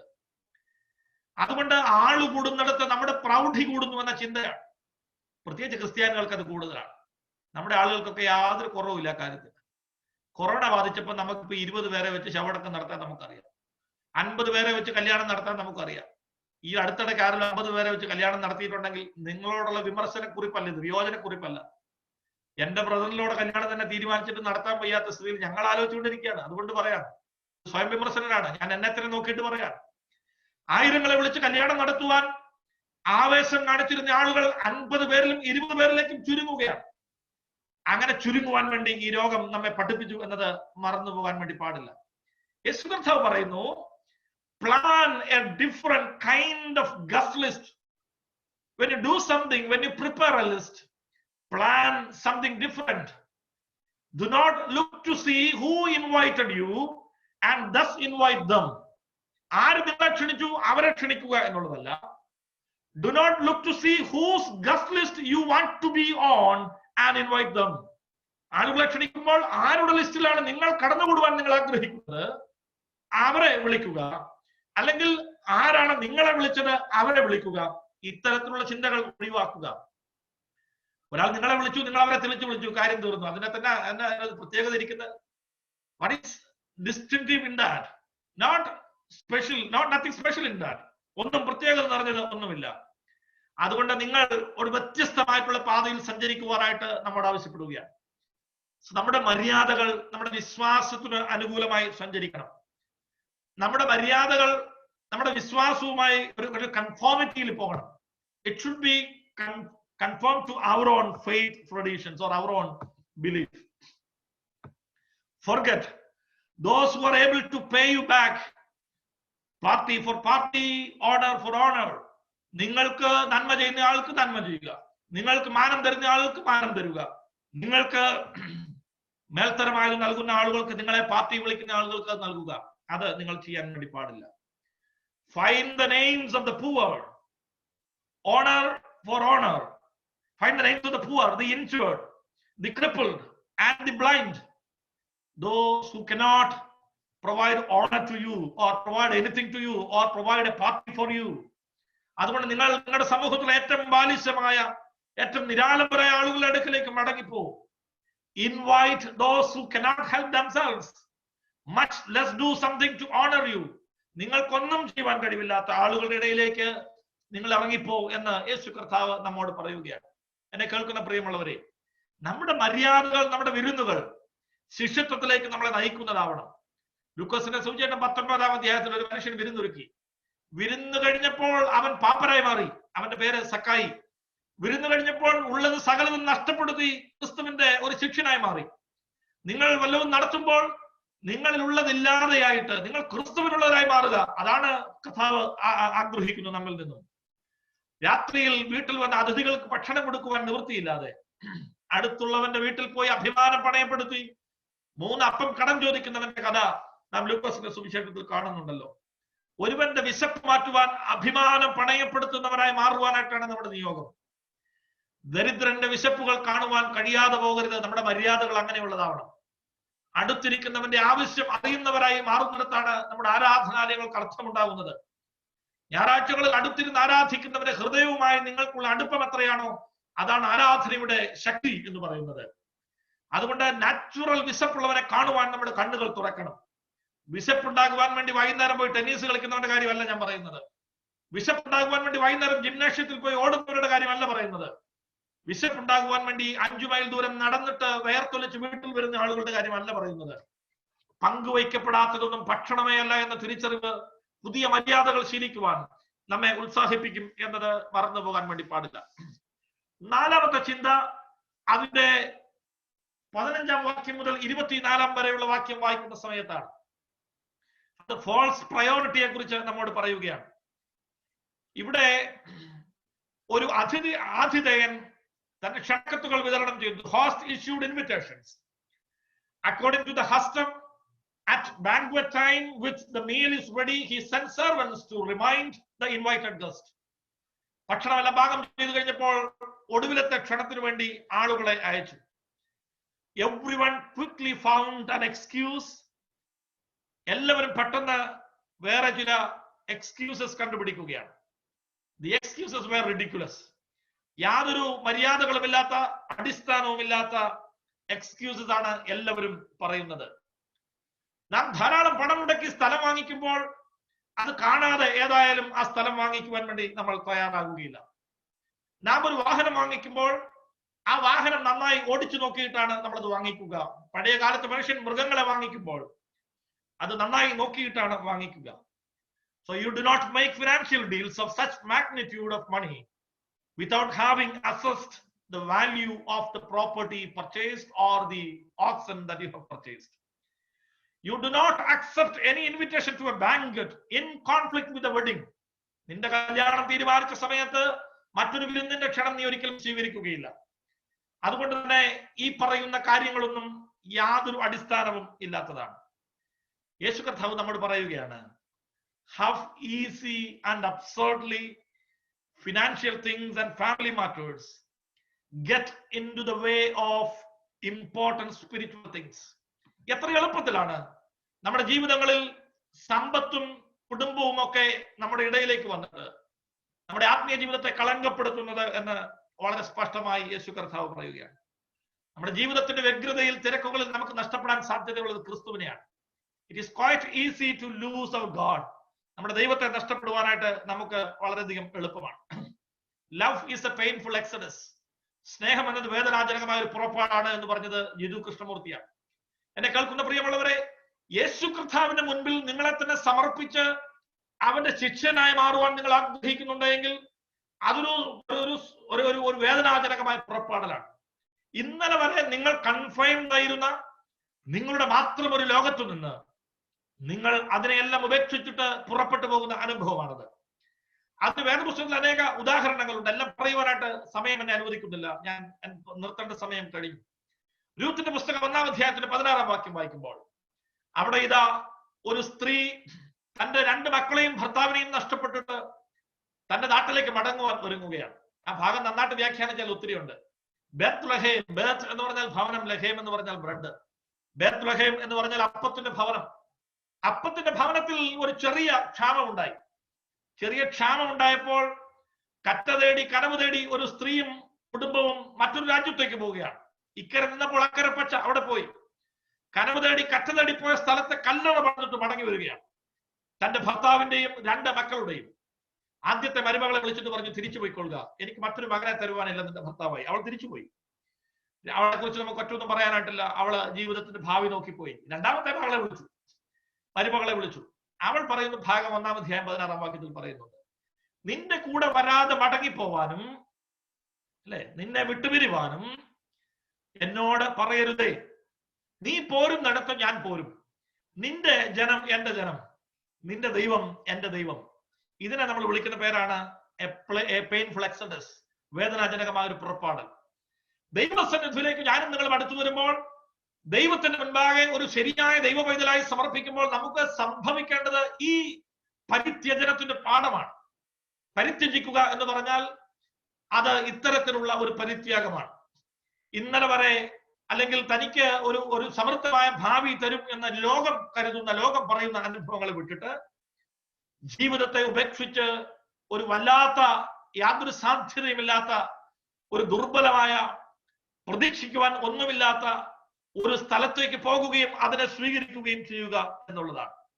അതുകൊണ്ട് എന്നെ കേൾക്കുന്ന പ്രിയമുള്ളവരെ, നാം ചിലതിനെ ഉപേക്ഷിക്കുക അല്ലെങ്കിൽ പ്രയോറിറ്റൈസ് ചെയ്യുക എന്ന് പറഞ്ഞാൽ it talks about a radical reversal of our priorities and a radical reordering of our commitments. നമ്മുടെ മുൻഗണനകളെ മാറ്റിമറിക്കുന്ന, നമ്മുടെ സമർപ്പണങ്ങളെ പുനർനിർവചിക്കുന്ന ഒരു ആത്മീയ അനുഭവത്തെ കുറിച്ചിട്ടാണ് അത് സൂചിപ്പിക്കുന്നത്. ദൈവത്തെയും മാമോനെയും സേവിപ്പാൻ കഴിയുകയില്ല എന്ന് കർത്താവ് പറഞ്ഞതുപോലെ നാം ദൈവസന്നിധിയിലേക്ക് അടുത്തു വരുമ്പോൾ പലതിനെയും ഉപേക്ഷിച്ചിട്ടാണ് മടങ്ങി വരേണ്ടത്. ആസക്തികൾക്കെതിരെയുള്ള ആത്മസംഘർഷമാണ് നമ്മുടെ ജീവിതം. എല്ലാ ആസക്തികളെയും ഒഴിവാക്കിയിട്ട്, എല്ലാ പ്രലോഭനങ്ങളെയും അതിജീവിച്ചിട്ട് ദൈവസന്നിധിയിലേക്ക് വരുന്നതിനെ കുറിച്ചിട്ടാണ് അത് പറയുന്നത്. വിട്ടുകൊടുക്കുക എന്ന് പറയുന്നത് പ്രകൃതിയുടെ നിയമമാണ്. സമുദ്രത്തിലെ ജലത്തെ സൂര്യപ്രകാശത്തിന് വിട്ടുകൊടുക്കുമ്പോഴാണ് നീരാവിയായി പോയി മഴയായി പെയ്യുന്നത്. അത് പ്രകൃതിയുടെ നിയമമാണ്. അതുകൊണ്ട് ത്യജിക്കുവാനും പരിത്യജിക്കുവാനും വിട്ടുകൊടുക്കുവാനും ദൈവത്തിന്റെ ആത്മാവ് നമ്മോട് പറയുകയാണ്. ഒറ്റ വാക്യത്തിൽ അടുത്ത ഭാഗം പറഞ്ഞ് ഞാൻ കൺക്ലൂഡ് ചെയ്യുകയാണ്. അത് നാം വായിക്കുന്ന സമയത്ത് 25-ാം വാക്യം മുതൽ നാം വായിക്കുന്ന സമയത്ത് 5-ാമത്തെ അനുഭവം പറയുന്നുണ്ട്. ഫോൾസ് എക്സ്പെക്ടേഷൻസ്, തെറ്റായ പ്രതീക്ഷകൾ, അല്ലെ? തെറ്റായ പ്രതീക്ഷകൾ പുലർത്തിയ ധാരാളം ആളുകളെ നമുക്കറിയാം. സബദി മക്കൾ യേശു കർത്താവിന്റെ അടുക്കൽ വന്നിട്ട് ചോദിക്കുന്നുണ്ട്, നിന്റെ മഹത്വത്തിൽ ഒരുത്തൻ ഞങ്ങളുടെ ഇടത്തും ഒരുത്തൻ നിന്റെ വലത്തും ഇരിക്കുവാൻ അവകാശം തരണം. അവരുടെ കാര്യം അങ്ങോട്ട് സോൾവ് ചെയ്യുമ്പോൾ ഉടൻ തന്നെ പത്രോസ് വന്ന് ചോദിക്കുന്നുണ്ട്, ഞങ്ങൾ സകലതും വിട്ടു നിന്നെ അനുഗമിച്ചു, ഞങ്ങൾക്ക് എന്ത് കിട്ടും? എല്ലാ ആളുകളും ചോദിക്കുന്ന ചോദ്യമാണ്. എന്നാൽ ജോൺ ദ ബാപ്റ്റിസ്റ്റ്, യോഹന്നാൻ സ്നാപകൻ പറഞ്ഞു, അവനോ വളരണം ഞാനോ കുറയണം. അത് ഒരു പുതിയ പാഠമാണ്. മർക്കോസിന്റെ സുവിശേഷം 10-ാം അധ്യായത്തിന്റെ അവസാന ഭാഗത്ത് ബർത്തിമായി എന്ന കുരുടന് സൗഖ്യം കൊടുക്കുന്ന ഭാഗം പറയുന്നുണ്ട്. അവിടെ ബർത്തിമായി തന്റെ എല്ലാമായിരുന്ന പുതപ്പ് ഉപേക്ഷിച്ച് അവനെ പിന്തുടർന്നു എന്ന് നമ്മൾ പറയുന്നുണ്ട്. എല്ലാം ഉപേക്ഷിച്ചിട്ട്, തന്റെ ജീവിതത്തിന്റെ എല്ലാമായിരുന്ന പുതപ്പിനെ ഉപേക്ഷിച്ചിട്ട് ബർത്തിമായി യേശുവിനെ പിന്തുടരും. യേശു കർത്താവ് യെരൂശലേമിലേക്ക് കഴുതപ്പുറത്ത് യാത്ര ചെയ്യുമ്പോൾ മനുഷ്യർ പലരും തങ്ങളുടെ വസ്ത്രങ്ങൾ ഉപേക്ഷിച്ചിട്ട് വഴിയിൽ വിരിച്ചു. അവർ വഴിയിൽ എന്തുപേക്ഷിച്ച് വലിച്ചെറിഞ്ഞുമോ അതിന്റെ മുകളിലൂടെ കർത്താവ് നടക്കുന്നു എന്ന് നമ്മൾ പറയുന്നുണ്ട്. ലഭിക്കാത്തതിൽ നിരാശയുള്ള ഒരു ലോകത്താണ് നമ്മൾ ജീവിക്കുന്നത്. അവിടെ ഇതാ ദൈവത്തിന്റെ വചനം നമ്മോട് പറയുന്നു, discipleship is not something to grab, it is not an act of take away. ഇപ്പോൾ ഈ കൊറോണ കാലത്ത് നമ്മളെല്ലാം ടേക്ക് അവേ അനുഭവത്തിലാണ് ഹോട്ടലുകളിൽ നിന്ന് ഭക്ഷണം വാങ്ങിക്കുന്നത്. ടേക്ക് അവേ അല്ല, അല്ലെങ്കിൽ എന്തെങ്കിലും ഗ്രാബ് ചെയ്തെടുക്കുന്നതല്ല, മറിച്ച് കൊടുക്കുന്നതാണ് ശിഷ്യത്വം എന്ന് വളരെ കൃത്യമായി ഇവിടെ പറയും. 5 കാര്യങ്ങളാണ് ഞാൻ പറഞ്ഞത്. False piety, false popularity, false hospitality, false priority, false expectations. ഇതിനെ കൺക്ലൂഡ് ചെയ്തുകൊണ്ടാണ് യേശു കർത്താവ് പറയുന്നത്, അതുകൊണ്ട് സകലതും ഉപേക്ഷിച്ചാലേ എന്നെ അനുഗമിക്കുവാൻ വേണ്ടി സാധ്യമാകുകയുള്ളൂ. വളരെ ലഘുവായി ഞാൻ 2 രൂപകങ്ങൾ പറഞ്ഞു കൊള്ളട്ടെ. ശിഷ്യത്വത്തെ സൂചിപ്പിക്കുവാൻ വേണ്ടി 2 രൂപങ്ങളാണ് വേദപുസ്തകത്തിൽ ഉപയോഗിച്ചിട്ടുള്ളത്. 2 രൂപകങ്ങളും സ്വർണത്തിലോ വെള്ളിയിലോ തീർത്ത ശില്പങ്ങളായിരുന്നില്ല, മറിച്ച് തടിയിൽ തീർത്ത 2 ശില്പങ്ങളാണ് ശിഷ്യത്വത്തെ സൂചിപ്പിക്കുവാൻ വേണ്ടി കർത്താവ് ഉപയോഗിച്ചിട്ടുള്ളത്. അതിൽ ഒന്നിന്റെ പേര് കുരിശ്. അതിവിടെ കർത്താവ് പറയുന്നുണ്ട്, ഒരുത്തൻ എന്നെ അനുഗമിപ്പാൻ ഇച്ഛിച്ചാൽ empty yourself and take up my cross. ഒരുത്തൻ എന്നെ അനുഗമിപ്പാൻ ഇച്ഛിച്ചാൽ തന്നെത്താൻ ത്യജിച്ചിട്ട് തന്റെ ക്രൂസ് എടുക്കുക. If you want to take up your cross, you need to shed blood. നിങ്ങൾ രക്തം ചിന്തിയേ മതിയാകും. 2ാമത്തെ രൂപകം എന്നത് കലപ്പ എന്നുള്ളതാണ്, yoke. If you want to take up my yoke, you need to sweat. നിങ്ങൾ വിയർപ്പ് ചിന്തണം എന്ന് നമ്മളോട് ഓർമ്മിപ്പിക്കുകയാണ്. വേദപുസ്തകത്തിൽ 2 അടയാളങ്ങളാണ് ശിഷ്യത്വത്തെ സൂചിപ്പിക്കുവാൻ വേണ്ടി ഉപയോഗിച്ചിട്ടുള്ളത്. ഒന്ന് കലപ്പയും മറ്റൊന്ന് കുരിശുമാണ്. കലപ്പയും കുരിശും എടുക്കണമെങ്കിൽ ഒന്നുകിൽ രക്തം ചിന്തേണ്ടി വരും, അല്ലെങ്കിൽ വിയർപ്പ് ചിന്തേണ്ടി വരും. ഇവിടെ യേശു കർത്താവ് പറയുകയാണ്, നിങ്ങൾ ഈ ലോകത്തിന്റെ ഉപ്പാണ്. ഉപ്പ് നല്ലതാണ്, എന്നാൽ ഉപ്പിന് അതിന്റെ കാരം നഷ്ടപ്പെട്ടു പോയാൽ, അതിന്റെ ഉറ നഷ്ടപ്പെട്ടു പോയാൽ എന്തിന് അതിനെ കൊള്ളുവാൻ കഴിയും? സാധാരണഗതിയിൽ നാം വ്യാഖ്യാനിക്കുന്നത് ഭക്ഷണത്തിന് രുചി വരുത്തുന്ന ഉപ്പിനെ കുറിച്ചിട്ടാണ്, രുചി വർദ്ധിപ്പിക്കുന്ന ലവണമാണ്. അല്ലെങ്കിൽ മുറിവുണ്ടാക്കുന്ന ഹീലിംഗ് പവറുള്ള ഒരു മിനറൽ ആയിട്ടാണ് നമ്മൾ സോൾട്ട് എന്ന് പറയുന്നത്. വസ്തുക്കൾ ജീർണിക്കാതെ വയ്ക്കുന്നതിനെ കുറിച്ചിട്ടാണ് നമ്മൾ, അല്ലെ, പ്രിസർവ് ചെയ്യുന്നതിന് വേണ്ടിയിട്ടാണ് നമ്മൾ ഉപ്പിനെ കുറിച്ച് പറയുന്നത്. എന്നാൽ യേശു കർത്താവ് പറയുന്ന മറ്റൊരു അനുഭവം എന്നത്, പഴയ കാലത്ത് വളത്തിനോട് ഉപ്പ് കുറേശ്ശെ ചേർത്തിട്ട് ദീർഘകാലത്തേക്ക് ഈ വളം സൂക്ഷിച്ചു വെക്കുന്നതിന് വേണ്ടി ഉപയോഗിക്കാറുണ്ടായിരുന്നു. It was usually mixed with manure to keep it fresh for use as fertilizers. വളമായി ഉപയോഗിക്കുന്നതിന് വേണ്ടി ഈ ചെറിയ തോതിലുള്ള വളങ്ങളെ ചെറിയ തോതിൽ ഉപ്പ് ചേർത്തിട്ട് ദീർഘകാലത്തേക്ക് സൂക്ഷിച്ചു വെക്കുന്ന പതിവുണ്ടായിരുന്നു. മറ്റൊരു അനുഭവം കൂടി അതിനുണ്ട്, സ്ലോവിംഗ് fermentation. Although the salt itself would be counterproductive in fertilizing the soil, that means it can also be used as a weed killer. ഇത് കൂടുതലായി ഉപയോഗിച്ചാൽ, നിലത്ത് വാരി വിതറിയാൽ, യാതൊരു കളകളും ഉണ്ടാകാത്ത വിധത്തിൽ ഇതിനെ ഒരു കളനാശിനിയായും ഉപയോഗിക്കാം. കുറച്ച് ഉപയോഗിച്ചാൽ വളത്തിനെ പ്രിസർവ് ചെയ്ത് ഭൂമിയെ വളക്കൂറുള്ളതായി സൂക്ഷിക്കാം. എന്നാൽ കൂടുതലായി ഉപയോഗിച്ചാൽ അത് കള വളർന്നു വരാതെ കളനാശിനിയായും അതിനെ ഉപയോഗിക്കുവാനായിട്ട് കഴിയും. യേശു കർത്താവ് പറയുകയാണ്, ഒന്നുകിൽ കുറഞ്ഞ അളവിൽ ഒരു വളത്തിനെ സംരക്ഷിക്കുന്ന സ്വഭാവം ഉണ്ടാകണം, അല്ലെങ്കിൽ കൂടിയ അളവിൽ ഉപയോഗിക്കുമ്പോൾ ഒരു കളനാശിനിയായി ഉപയോഗിക്കാൻ കഴിയണം. ഇത് രണ്ടിനും കൊള്ളുന്നില്ല എങ്കിൽ നിലത്തിനോ വളത്തിനോ കൊള്ളുവാൻ വേണ്ടി സാധിക്കുകയില്ല എന്ന് പറയുകയാണ്. Disciples who do not live like disciples are worth as much as unsalty salt എന്ന് കൃത്യമായി പറയുകയാണ്. ഈ വാക്യങ്ങളെ നമ്മൾ കൂടുതൽ പഠന വിഷയമാക്കുമ്പോൾ ശിഷ്യത്വത്തെ സൂചിപ്പിക്കാൻ വേണ്ടിയാണ് യേശു കർത്താവ് നിങ്ങൾ ഭൂമിയുടെ ഉപ്പാണ് എന്ന വചനം പറഞ്ഞത്. നിങ്ങൾ ഭൂമിയുടെ ഉപ്പാണ് എന്ന് പറയുമ്പോൾ കളനാശിനിയായോ വളമായോ അതിന്റെ കാരമുണ്ട് എങ്കിൽ നിങ്ങളെ ഉപയോഗിക്കുവാൻ കഴിയും. എന്നാൽ ഇതാ ശിഷ്യത്വത്തിന്റെ അനുഭവത്തിൽ ഈ കാരമില്ലാതെ പോയാൽ നിങ്ങളെ യാതൊന്നിനും കൊള്ളുകയില്ല എന്ന് ഓർമ്മിപ്പിക്കുകയാണ്. സയന്റിഫിക് ആയിട്ട് നാം പഠിക്കുമ്പോൾ യേശു കർത്താവ് ശിഷ്യത്വത്തെ സൂചിപ്പിക്കുവാൻ ഉപയോഗിച്ച രണ്ട് അടയാളങ്ങളിലും ഈ ഉപ്പിന്റെ അംശം ഉണ്ട് എന്നുള്ളതാണ്. കുരിശിന്റെ അനുഭവത്തിൽ രക്തം ചിന്തുമ്പോൾ നിന്റെ രക്തത്തിലും ഉപ്പുരസമുണ്ട്. നീ കണ്ണുനീർ തൂകുമ്പോൾ അല്ലെങ്കിൽ പീഡനത്തിന്റെ വലിയ അനുഭവത്തിൽ സകലത്തെയും ഉപേക്ഷിക്കുമ്പോൾ, തിരിച്ചടികളുടെ അനുഭവത്തിൽ നീ കരയുമ്പോൾ നിന്റെ കണ്ണുനീരിലും ഉപ്പുണ്ട്. നീ ഒരു കലപ്പയെടുത്ത് സകലത്തെയും ഉപേക്ഷിച്ച് കർത്താവിന്റെ വയൽ പ്രദേശത്ത് അധ്വാനിച്ച് വിയർപ്പ് ചിന്തുമ്പോൾ നിന്റെ വിയർപ്പിലും ഉപ്പുരസമുണ്ട് എന്നുള്ളതാണ്. അതുകൊണ്ട് ശിഷ്യത്വത്തിന്റെ ബാലപാഠങ്ങളിൽ ഉപ്പിന്റെ അംശം എല്ലാ തരത്തിലും അടങ്ങിയിരിക്കുകയാണ്. നിനക്ക് ആ അനുഭവത്തിലേക്ക് പ്രവേശിക്കുവാൻ കഴിയുമോ ഉണ്ടോ എന്നുള്ളതാണ് ചോദ്യം. ഞാൻ സമയപരിമിതി മൂലം ഇവിടെ അവസാനിപ്പിക്കുകയാണ്. അടുത്തു വരുന്ന ദിവസങ്ങളിൽ ഇന്ന് പറയാതെ പോയ ഭാഗം കൂടി പറയുവാൻ കഴിയും എന്ന് ഞാൻ ചിന്തിക്കുകയാണ്. എന്നെ കേൾക്കുന്ന പ്രിയമുള്ളവരെ, ഈ ലോകത്ത് ഞാനും നിങ്ങൾ ജീവിക്കുമ്പോൾ നമ്മുടെയൊക്കെ ജീവിതാനുഭവങ്ങളിൽ എപ്പോഴും ഈ കപടമായ ഒരു ആത്മീയതയും വിശുദ്ധിയുമാണ് നമ്മെ നടത്തുന്നത്. അന്തരംഗങ്ങളെ രൂപാന്തരപ്പെടുത്തുന്ന ആത്മീയതയേക്കാൾ ആളുകളുടെ മുമ്പിൽ അഭിനയിച്ചു തീർക്കുന്ന ആത്മീയതയായി നമ്മുടെ ആചാരങ്ങളും അനുഷ്ഠാനങ്ങളും മാറുകയാണ്. ഇവിടെ കർത്താവ് നമ്മോട് ചോദിക്കുകയാണ്, ശരിയായ ആത്മീയതയിലേക്ക് നിനക്ക് മടങ്ങി വരുവാൻ സാധിക്കുമോ? ദൈവത്തോട് അടുത്തിരിക്കുന്നത് എനിക്ക് ഏറ്റവും നല്ലത് എന്ന് പറയുവാനായിട്ട് സാധിക്കുമോ? രണ്ട്, ഈ ലോകത്ത് പോപ്പുലാരിറ്റിക്ക് വേണ്ടി ഞാനും നിങ്ങളും ചെയ്തു കൂട്ടുന്ന അനുഭവങ്ങളാണ്. സ്വയം പ്രൊമോട്ട് ചെയ്തും ആരെയും ചവിട്ടിയും മുകളിൽ കയറുവാൻ വേണ്ടിയുള്ള നമ്മുടെ പരിശ്രമങ്ങൾ. വിനയാൻവിതനായി ജീവിച്ചാൽ സകല മാനവും നിനക്ക് ലഭിക്കും എന്ന് കർത്താവ് പറയാതെ പറഞ്ഞു വയ്ക്കുകയാണ്.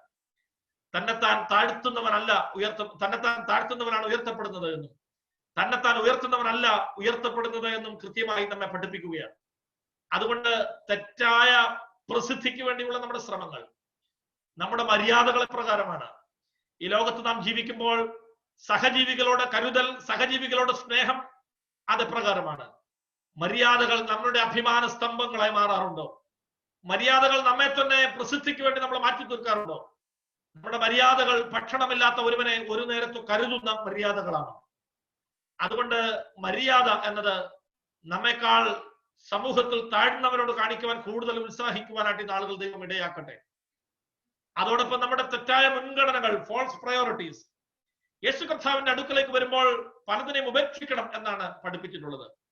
ഇത്രയും നാൾ നാം ജീവിച്ചതൊക്കെ നമ്മുടേതായ ഒരു കംഫർട്ടബിൾ സോണിലാണ്, നമ്മുടേതായ ലോകത്താണ്.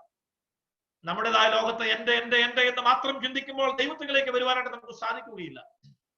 മലയാള സാഹിത്യത്തിൽ അടുത്തിടെ പ്രസിദ്ധനായ ഒരു യുവ എഴുത്തുകാരൻ, അദ്ദേഹം ഒരു കവിത എഴുതി, സുഖകാല കീർത്തനം എന്നാണ് അതിന്റെ പേര്. അദ്ദേഹം അതിനകത്ത് എഴുതിയ 2 വരികൾ ഇങ്ങനെയാണ്: ചിന്ത ഇതൊന്നേ ഞാനൻ വീടേ, എന്റെ കിടക്ക എന്റെ കുടുക്കൾ എന്റെ കിടാങ്ങൾ, എൻ തൊഴിൽ എൻ വഴി എന്റെ കസേര, എന്റെ പിറന്നാൾ എൻ ജലദോഷം. ഇങ്ങനെ മാത്രം ചിന്തിച്ചെങ്ങനെ എൻ മാളത്തിൽ മയങ്ങുവാൻ കഴിയും. സുഖകാല കീർത്തനം ബൈ ഡി സന്തോഷ് കുമാർ.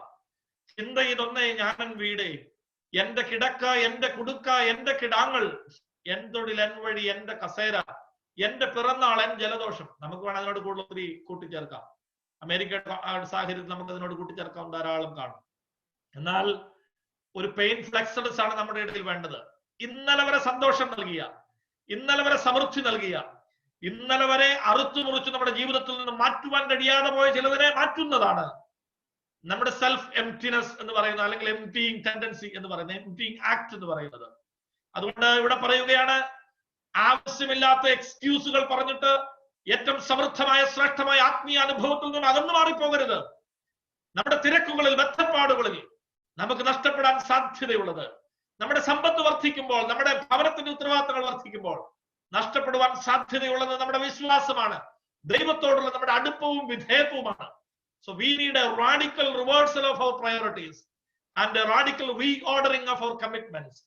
ഏറ്റവും ഒടുവിൽ ഫാൾസ് എക്സ്പെക്ടേഷൻസ്, ഒന്നും പ്രതീക്ഷിക്കാതെ ചിലത് ചെയ്യുവാനായിട്ട് കഴിയണം. കർത്താവിന്റെ കൂടെ 3.5 വർഷക്കാലം നടന്നവർ തന്നെ സീറ്റിനു വേണ്ടി അടിവെച്ചു എന്ന് നമ്മൾ കാണുന്നുണ്ട്. എന്നാൽ ദൈവം നമ്മളിൽ നിന്നും ആഗ്രഹിക്കുന്നത് ഒന്നും കാക്ഷിക്കാതെ ദൈവത്തിന്റെ സന്നിധിയിൽ വിശ്വസ്തരായി നിൽക്കുവാൻ മാത്രം ചിന്തിച്ചുകൊണ്ട് നമ്മളെ ഏൽപ്പിച്ചത് ചെയ്യുവാൻ കഴിയണം. അങ്ങനെയെങ്കിൽ ഈ ലോകത്തെ ഉപ്പാകുവാൻ ദൈവം നമ്മെ വിളിക്കുകയാണ്. അത് ഭക്ഷണത്തിന് രുചി നൽകുന്നത് പോലെ രുചി നൽകുവാനെങ്കിൽ അങ്ങനെ, നിലത്തെ നമ്മളുടെ കൃഷിക്ക് വളം നൽകുന്ന, അതിനെ വളർത്തുന്ന അനുഭവമാണെങ്കിൽ, ദൈവരാജ്യത്തെ വളർത്തുന്ന അനുഭവമാണെങ്കിൽ അത് അങ്ങനെ ഈ ചെടിയുടെ ചുവട്ടിൽ വീണില്ലാതെയായിട്ട് ആ ചെടിയെ വളർത്തുന്ന, ദൈവരാജ്യത്തെ വളർത്തുന്ന, സഭയെ വളർത്തുന്ന, സഭയിലെ ആത്മീയ ശുശ്രൂഷകളെ വളർത്തുന്ന ഒരു വളമായി തീരുവാൻ ദൈവം നമ്മൾ ആഗ്രഹിക്കുകയാണ്. അല്ലെങ്കിൽ നിലത്ത് വീണിട്ട് സകല ആത്മീയതകളെയും നശിപ്പിക്കുന്ന, ആത്മസംഘർഷങ്ങളെയും പ്രലോഭനങ്ങളെയും ഒരു കടനാശിനിയായി നിന്ന് തകർത്ത് കളയുവാനായി, നമ്മുടെ ആത്മീയ പരിപോഷണത്തെ തകർക്കുന്ന എല്ലാ അനുഭവങ്ങളെയും ലോകത്തിൽ നിന്ന് മാറി നടക്കുവാനല്ല, ലോകത്തിൽ നടക്കുമ്പോൾ തന്നെ ഇത്തരം ശക്തികളെ ഇല്ലാതെയാക്കുവാനായിട്ട് ശ്രമിക്കുവാൻ ദൈവം നമ്മോട് ആവശ്യപ്പെടുകയാണ്. അതുകൊണ്ട് ഈ സോൾട്ടിനെസ് നഷ്ടപ്പെടാതെ ജീവിക്കുവാൻ ദൈവത്തിന്റെ പരിശുദ്ധാത്മാവ് നമ്മെ സഹായിക്കട്ടെ. ഉപ്പ് കാരമില്ലാതെ പോയാൽ അതിന് യാതൊരു പ്രയോജനവും ഉള്ളതല്ല, യാതൊരു തരത്തിലും അതിന് ഉപയോഗിക്കുവാൻ കഴിയുന്നതല്ല. എന്നാൽ അതിന്റെ കാരം എല്ലാ കാലത്തും സൂക്ഷിച്ച് അതിന്റെ യജമാനൻ അതിൽ നിന്നും എന്താഗ്രഹിക്കുന്നുവോ അത് ചെയ്യുവാനായിട്ട് ദൈവത്തിന്റെ ആത്മാവ് നമ്മെ ഓരോരുത്തരെയും സഹായിക്കട്ടെ. അതിന് ദൈവത്തിന്റെ ഈ വചന കേൾവി, അല്ലെങ്കിൽ ഇന്നത്തെ നമ്മുടെ വചന കേൾവി ഇടയാക്കട്ടെ എന്ന പ്രാർത്ഥനയോടുകൂടി ഞാൻ എന്റെ വാക്കുകൾ അവസാനിപ്പിക്കുന്നു. ദൈവം നമ്മെ ഓരോരുത്തരെയും അനുഗ്രഹിക്കട്ടെ. ഒരു നിമിഷം നമ്മുടെ കണ്ണുകളെ അടയ്ക്കാം, പ്രാർത്ഥിക്കാം.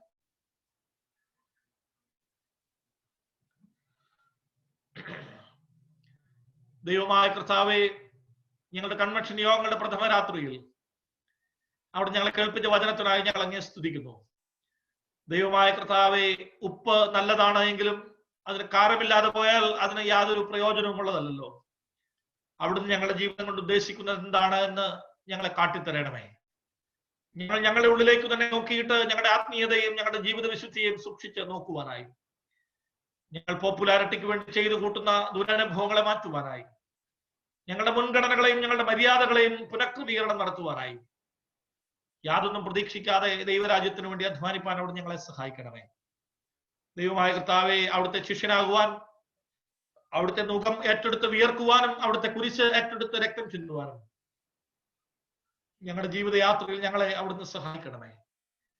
അതുകൊണ്ട് അവിടുന്ന് ഈ ഭൂമിയുടെ ഉപ്പായി ഞങ്ങളെ വിളിക്കുമ്പോൾ, ദൈവമായ കർത്താവെ, ദൈവരാജ്യത്തിന്റെ വളർച്ചയ്ക്ക് വേണ്ടി വളമായി തീരുന്നതിനും ദൈവരാജ്യത്തിന്റെ വളർച്ചയ്ക്ക് എതിരായി നിൽക്കുന്ന സകലത്തെയും നശിപ്പിക്കുന്നതിനും പ്രലോഭനങ്ങളെയും ആത്മസംഘർഷങ്ങളെയും അതിജീവിക്കുന്ന സമരങ്ങളിൽ പങ്കെടുക്കുവാൻ അവിടെ ഞങ്ങളെ സഹായിക്കണം എന്ന് ഞങ്ങൾ അങ്ങോട്ട് പ്രാർത്ഥിക്കുന്നു. നാളെയും നാളെ കഴിഞ്ഞുമായി നടക്കുന്ന വചന കേൾവികളിലും അവിടുന്ന് ഞങ്ങളോട് കൂടെ ഇരിക്കണമേ. വചന ശുശ്രൂഷകളുടെ മഹത്വം അങ്ങെടുക്കണമേ.